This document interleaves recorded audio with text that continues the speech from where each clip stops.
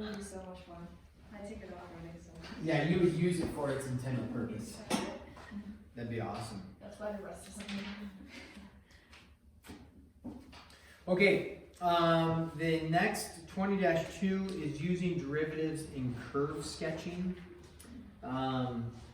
Obviously, we can sketch a curve simply by plugging it into our calculator. But the goal of this is to understand, just to work with the A, finding more derivatives, and then B, understanding where derivatives are increasing and decreasing, and then also understanding where you have minimums and maximums on a graph, and local minimums, local maximums. So in this, let me just draw a picture here. If you have a graph right here, something simple like this, some sort of cubic function like that, okay, what we would recognize is, if we were to do the derivative, again, what is the derivative? The slope along the curve, right? So if we were to do this derivative, we would recognize that all the derivatives where I'm putting dots would be positive or negative where I'm putting dots. What would all the derivatives be there? Positive, because you draw a tangent line. It's not the best tangent line, but those would have positive slopes. You draw a tangent line, it's got a positive slope. What happens right here? What's the slope? What's the derivative right there? Zero, because that's going to be a horizontal tangent. And then the derivatives are, what are the derivatives along here? Negative. And then what's the derivative right there? Zero. So, f prime of x would be equal to 0 right there, and then they're all positive going up that way. So what we see is positive derivatives, 0, negative, 0, and then positive. And so they're alternating. And what we see between here, or between the positives and negatives, we see that we have some sort of like maximum point, and then between where it goes from negative to positive, we also have a minimum point. So what we can analyze is that where our graph, these max and mins right here, these would be called local, like that's a local min, and this would be called a local max. The reason why it's local is if you look at the entire graph, it's not your absolute maximum or your absolute minimum. Because if you look, the graph continues on up, so the absolute maximum would be, in this case, infinity. Or potentially, if the graph just ended right there, let's say it just stopped right there, that would be your absolute max. Or if your graph ended right here, this would be your absolute minimum. The other word for absolute they also use, so we could say absolute min. The other word they use for absolute is global. So you might see absolute / global min. And what that's referring to is the actual lowest point for the entire graph. That's the absolute or the global. If it's just a low point on the graph that forms like a trough or forms a peak, those would just be locals. Now, you could have a local max, if you will. It doesn't always end up being a local max if you have a graph that looks like this. Let's say, okay, well, this now becomes my absolute maximum as well. So just because it's a peak doesn't mean it's only going to be local. It could end up being your global max or your global min. Okay, so so we've introduced the language of local minimum, local maximum. We've talked about where slopes are positive to negative, and then you get a 0 in between, and then negative to positive, you get a 0 in between. Increasing and decreasing, the formal definition on increasing and decreasing is this, is that if f prime of x is greater than 0, on an interval I, f of x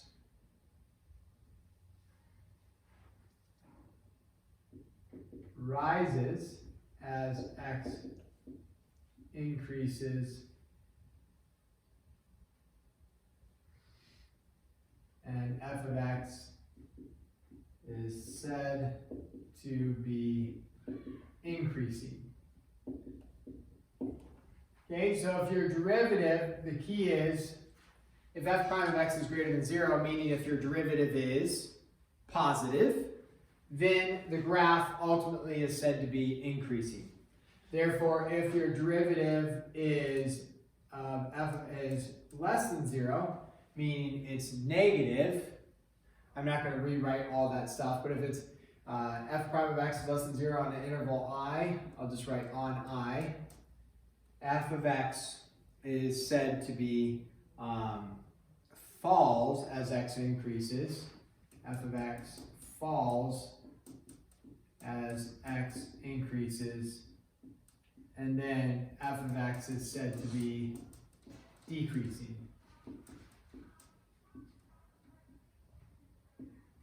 Okay, so that's increasing and decreasing.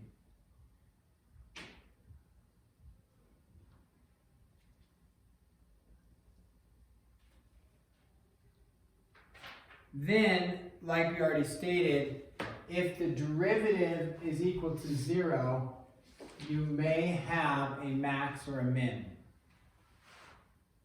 Now, you say may, what do you mean? Well, you could also have a graph. There are graphs that would look like this, come here and go up like that. Or right here, that's f prime of x would equal 0. There's like a tangent line right there. And in which case, that's not a max or a min. So you can have that. So that's why if it has a derivative of 0, it may have a local max or it may have a local min. A lot of times it does, but not always. Or it could have, like here, a global max or a global min. Okay, so increasing, decreasing, we're set there, where the derivative is equal to 0. Now, if you think about this, what are all the slopes here, positive or negative? What are all the slopes along here, positive or negative? Positive. I'm telling you the slope is 0 right there. What are all your slopes along here though? Positive or negative there? Positive as well. So if it goes from positive to positive, you don't have a max or a min. If it goes from positive to negative, then you know you got a max, or from negative to positive, you know you have a min. Or another way to say that is if your function is increasing and then goes to decreasing, then you would have a max or min. Wow, that sandwich looks good. I'll treat to one more round of Buffalo Wild Wings. Yeah. Like sometime in the next couple weeks. Sounds good. Yeah. Just for old time's sake. Yeah, we need to keep that up again. Yeah. you need to go spend some money. Yeah. No, I'm actually making money. Now that you're making money. What are you getting paid again? 15. Nice. Yeah.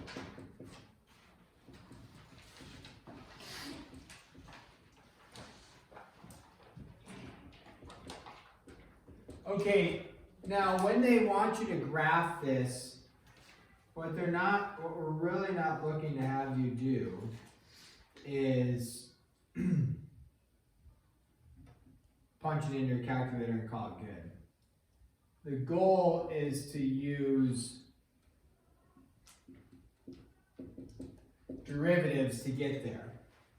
Because you could definitely punch a graph into a calculator, and that's not wrong. You can go to Desmos and use the computer, punch it into your calculator, find the max, find the min, that's fine. So in this case, you could do that, and then you find, on the calculator, you should be familiarized with finding a maximum or a minimum or x-intercepts, right? So you guys have done that, right? So you could do that. That's not really the goal though of this. So the goal of this in 20-1 is to use what they, again, I think it's titled curve sketching for this, using derivatives in curve sketching. So that's what we want to do, is use our derivatives and to do some curve sketching for this.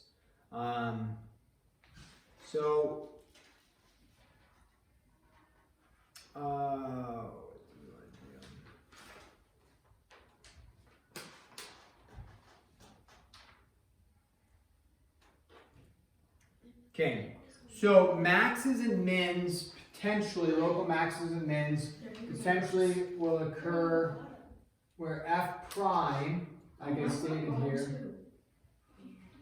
What's going on? Sorry, they put the pickles on the bottom of the sandwich, and I just think that is the weirdest thing. Anyway. Oh, thanks for giving me permission. I think that might be a check for us. Yeah, facts. Oh, like I get a check? Yeah. Why? I just said thanks for giving me permission. It was a little snarky. It was David sad. was actually somewhat calm and stuff. I'll give a half. Gotta give her a little bit of it. I'll give a half for that. Because I actually didn't care. I was just trying to say it in a little snarky tone. So we'll give it a half. David, don't get his half right away. Don't let him win. Drop the snake. Yeah, drop the snake. I am the snake. You Okay. are the snakes. I am the snake? Wow, thanks. Wow, that's what you just said. Well, you said that. I said I am the snake, and then you said you're a snake. No, I said the snake. The So snake. The snake. And then Naya said, What cut the the head heck? off. It reminds me, I found a vole the other day. A what? A vole. It's like a little mouse. Oh. Without a tail. And I was What? scooping up some grass, just like, you know, cleaning up the grass from last summer, putting it on the trailer. And it ran out of the grass. So I got a shovel. Sorry, I shouldn't laugh, but yeah, You killed the bull? I did. Nice. Nice. You cut the head off the bull. I did. Yes. Okay, so what we're going to do is we're going to graph this using derivatives. So you take the derivative. What is f prime of x? 3x squared minus 12. Okay, then what you're going to do, again, like I mentioned before we got interrupted by the pickles, is where the derivative is equal to 0 tells us something about our graph. So when we go to do this, we say, okay, where the derivative is equal to 0, and we solve for x, that'll tell us where we might have maxes and mins. So where does the derivative equal 0? Well, we set it equals 0 and solve. So x would be equal to, what was it? Plus or minus 2, right? Okay. So what I know now is that I have plus or minus 2 if I were to do the graph, because I think I'll use some more space over there. It's just a quick sketch of it. At 2 and negative 2, you know, the graph is going to look something like this, or something, potentially something like that, where you'll have a minimum and a maximum, or vice versa, a max and a min. It'll potentially look like that. Now, what I can do is I can make a little chart here. The chart is going to be intervals, and then it's going to be f prime of x. And so in that, what I'm going to do is make this chart, and the chart is going to state for us, okay, like if this was our picture, which I don't know if it is, but if this was our picture, it would be, this is negative, negative, 0, positive, right, 0, negative. So our positive and negatives are going to be found based off of our minimum and maximum, or vice versa. So when we go to do intervals, we're basing it off of our minimum and maximums to figure out which direction our graph is going. Now, in this case then, we have two minimums or maximums, and that's at negative 2, like this, and then at positive 2 out here. So what we would state is, we know that at negative 2 our derivative is equal to 0, At positive 2, our derivative is equal to 0. So the question is, what is our derivative doing where x is less than negative 2? So there's a couple ways to write that. You could say x is less than negative 2 like that. That works great. Then the other interval would be where x is greater than negative 2, less than 2, like that. A notation for domain, which I have mentioned, I think briefly, we haven't worked with it really, is you can actually do a notation like that for domain, negative 2 to 2. It's not a coordinate point, it is a domain. And you wouldn't confuse it with a coordinate point because it would be like in an interval or something like that, or you would say this is the domain. So you could also just do, now if it's a bracket, I probably mentioned this, if you had a bracket, that means it equals 2. Parentheses means it goes up to 2 but doesn't equal it. So it's just a less than rather than less than or equal to. And so then in this case, if you wanted to do this type of notation over here, you could go from 2 up to infinity like that is an acceptable way to do it. Or you could just say x is greater than 2. Either way, it would be fine. Usually like in calculus, they start using this notation quite a bit more because it does make it less confusing, especially when you have intervals like this and lots of variables going. This is a nice way to put the domain and things like that. So now the question is, okay, is the derivative positive or negative to the left of negative 2? Let's start over here. Well, how would you figure out if the derivative is positive or negative? Plug in, what would you plug in? Sure, plug in negative 3. And remember, you're plugging into the derivative. That's what we're looking at right now. So you're plugging into the derivative. What do I get back out? A positive or a negative? I get out a positive, right? Okay, so if you get out a positive there, in general, you're going to see a back and forth positive, negative in between the zeros. But you definitely want to check it because that doesn't always happen as discussed here. Sometimes it doesn't happen. So if you plug in 0, what do we get back out? A negative, and then if you plug in 3, you get out a positive, okay? So what that tells us is my graph here is wrong. We know that, okay? Because to the left of negative 2, you have positive slopes. This picture shows to the left of negative 2, you have negative slopes. So now in that, okay, we're just, the question is, okay, then to the left of negative 2, does our graph go something like this, where it's positive slopes and it goes negative, and then, you know, where was it at 2? Comes up like that, and then negative, and then I guess it would be all the way, have to go all the way down and then go positive. It's a really bad looking graph. But at 2, something like that. Does it, you know, does it go like this, where it goes positive slopes, negative slopes, slope of 0, and then slope of 0, and then positive slopes? Or does it cross the x-axis somewhere in there? Well, how do I know where it crosses the x-axis? Because we want maybe a little more definition to what our graph is going to look like. If I wanted, and this is all like sketching longhand, not using your calculator. We set y equal to 0, so those would have to be the x-intercepts. Well, these are the derivative where the slope is equal to 0.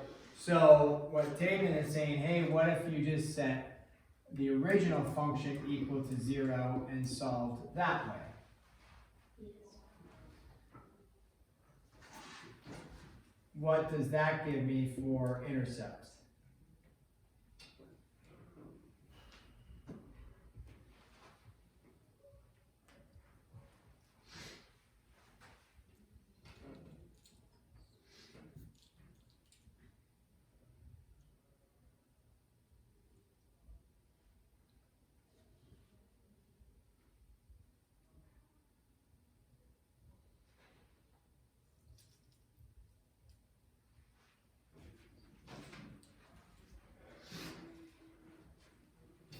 So what are our 3 intercepts?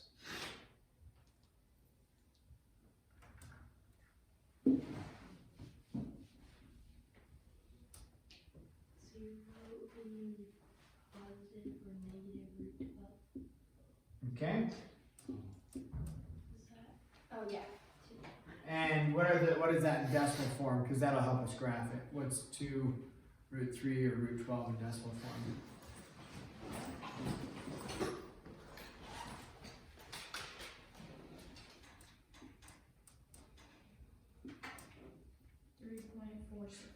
$3.46. Okay.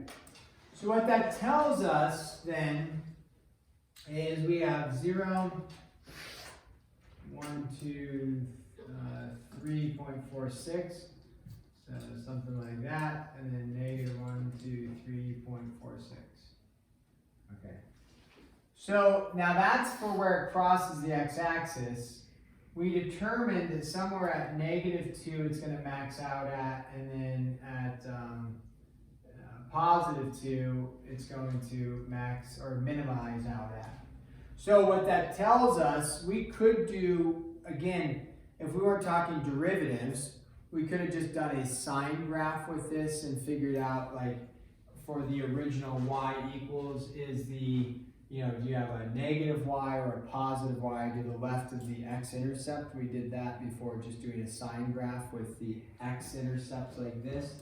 And you would say, oh, okay, I get out a negative. If you plug in like negative 4 right here, you will get out a negative. But you also know it's going to be down here because your slopes are positive to the left of negative 2. So if you went like this, the issue is all my slopes are negative. So you say, well, I know my slopes are positive, so it's going to have to come up like this. What does it do when it hits negative 2? Does it just keep going? No, it's going to go back down, right? Because my slopes, I have a slope of 0 at negative 2. Now, we don't actually know how high or how low. You could easily figure that out by plugging in negative 2 right here and getting out at, like, what would you get? Negative 8 plus 24, so like 16 or something like that. If I did my math correct, you could just plug in the negative 2, see what you get back out, and you would get out positive 16, I mean, right? But, so it's probably a lot steeper, but that's fine. The goal of this, and then, so you have positive slopes there, you have a slope of 0 right there. These slopes are all negative, all the way down to right here, where your slopes changes back, and then becomes positive like that. Slope of 0, so positive slopes, negative slopes, slope of 0, positive slopes again. And that's what your graph looks like. So where the slopes are positive, your graph is said to be decreasing or increasing, where your slopes are positive. Increasing. Where your slopes are negative, your graph is said to be decreasing. Where your slopes are positive, your graph is increasing. When it changes from increasing to decreasing, you will have a slope of 0. Okay? So there you go. Now you know that this is a local max at negative 2 and a local min. So what you would state is local max of something at x equals negative 2 and a local min of something at x equals positive 2.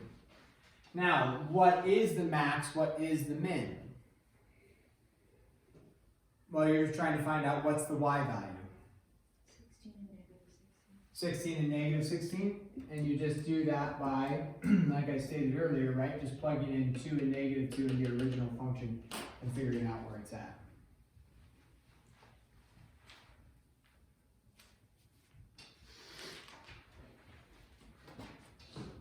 So for these problems, let's do another one. These are actually a couple of your homework problems. Let's do one more here. Aim for, as best as you can, let's do this one. It looks a little more extensive. Aim for doing these longhand. Now, 3t to the 4th minus 4t cubed minus 12t squared. you don't have to, like we did the derivative first and analyzed all of that. If you wanted to, you could just try to find the zeros right away as well and figure out where it's crossing the x-axis. There's not a right or a wrong there. So if we say, okay, well let's find the zeros first, then we'll do the derivative. If you want to find the zeros, that's referring to our x-intercepts, right? Or in this case, t-intercepts. Alright, so you go to find the zeros of this. Let's go ahead, 3t to the 4th minus 4t cubed minus 12t squared.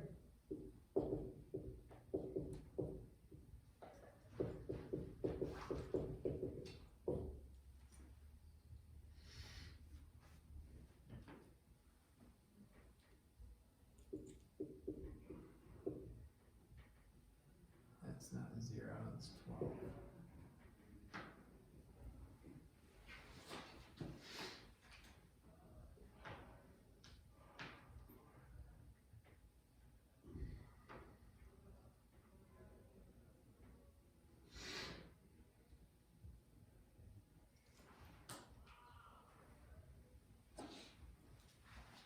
I don't know, is that one factorable?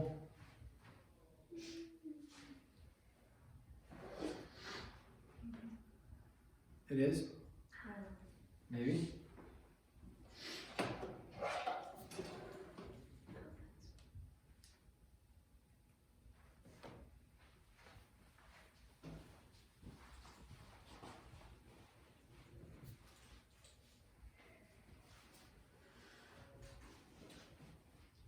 Feels factoral, but I don't know if it is.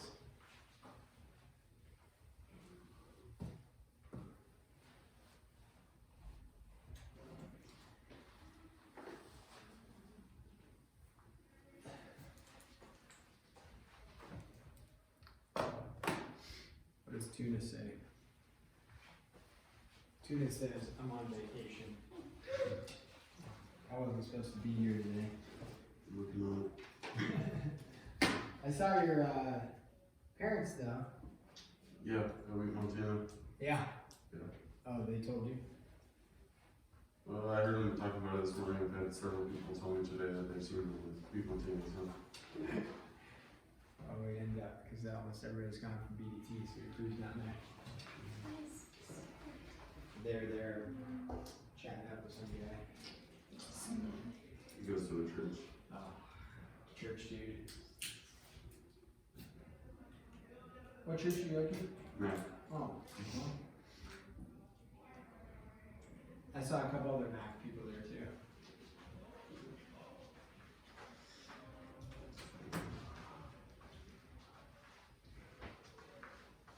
All right. So if you can't factor it, what do we end up doing? Well, I feel like it should be factorable. Complete the square maybe? Good. That sounds Or, cumbersome. what is the other thing called? X equals u. What's that called? Quadrant, thank you.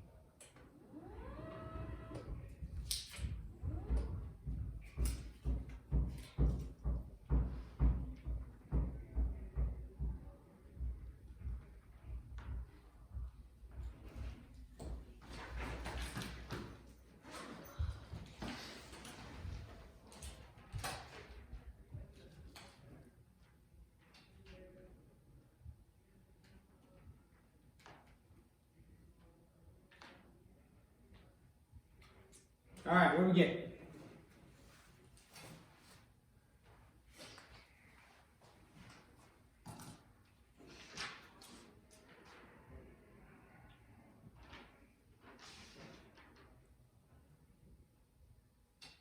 Anybody?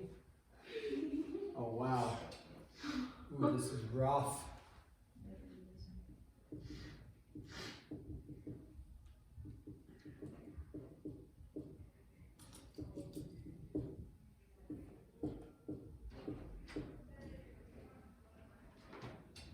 Anybody?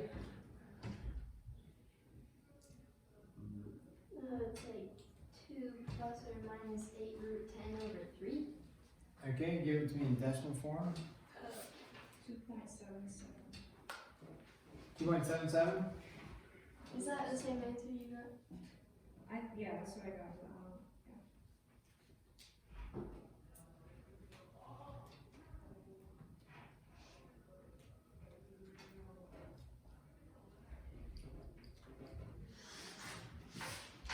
Okay, 2.77 and maybe 1.44.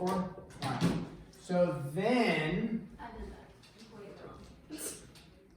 we'll go, okay, it's like 0 and then 1, 2, 3, 2.77, negative 1.44, so something like there. Okay. Now, in this, we could do plug into the left and see, the left of negative 1.44, see if it's positive or negative, and then figure out, what the general shape of the graph looks like. You could do a sine graph here. What do you recognize about the 0 though?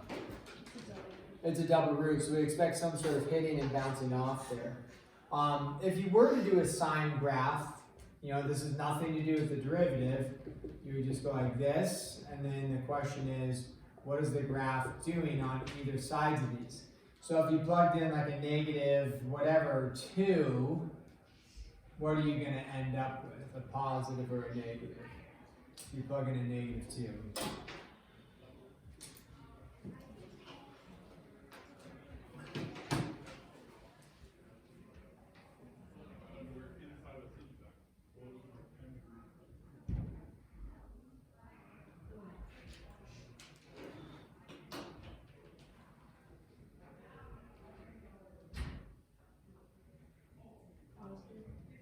End up with a positive. Okay? So, what would we expect, like at a negative 1 to be? We would expect that to be a negative. Okay? And then what would we expect this to be between 0 and 2? Also negative, right? 'Cause 0 Also a negative because it's a double root. And then what would we expect on the far right? Positive. So what we're saying there is then y value is positive, then negative, then positive. So what it would look like is potentially something like this, come up, hit, come down, and then come back up. Something like that. That's the potential look of it. Now, that then would tell us, hey, you have a local min, a local max, and a local min. If we want to find out where those are, we do the derivative. So let's go ahead and take the derivative. So now we're looking for local max slash min, and you're going to take the derivative f prime of t equals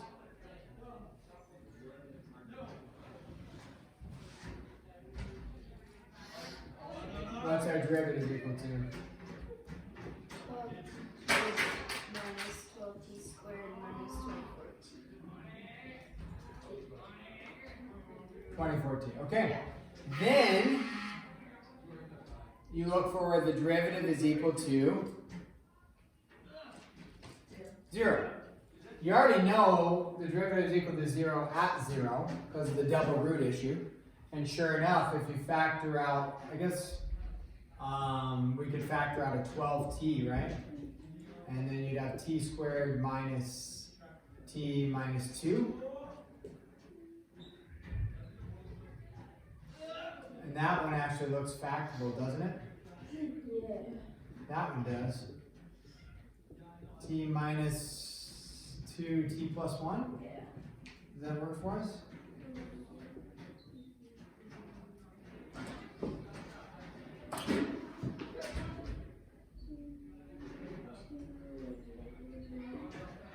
So negative 1, 0, and 2.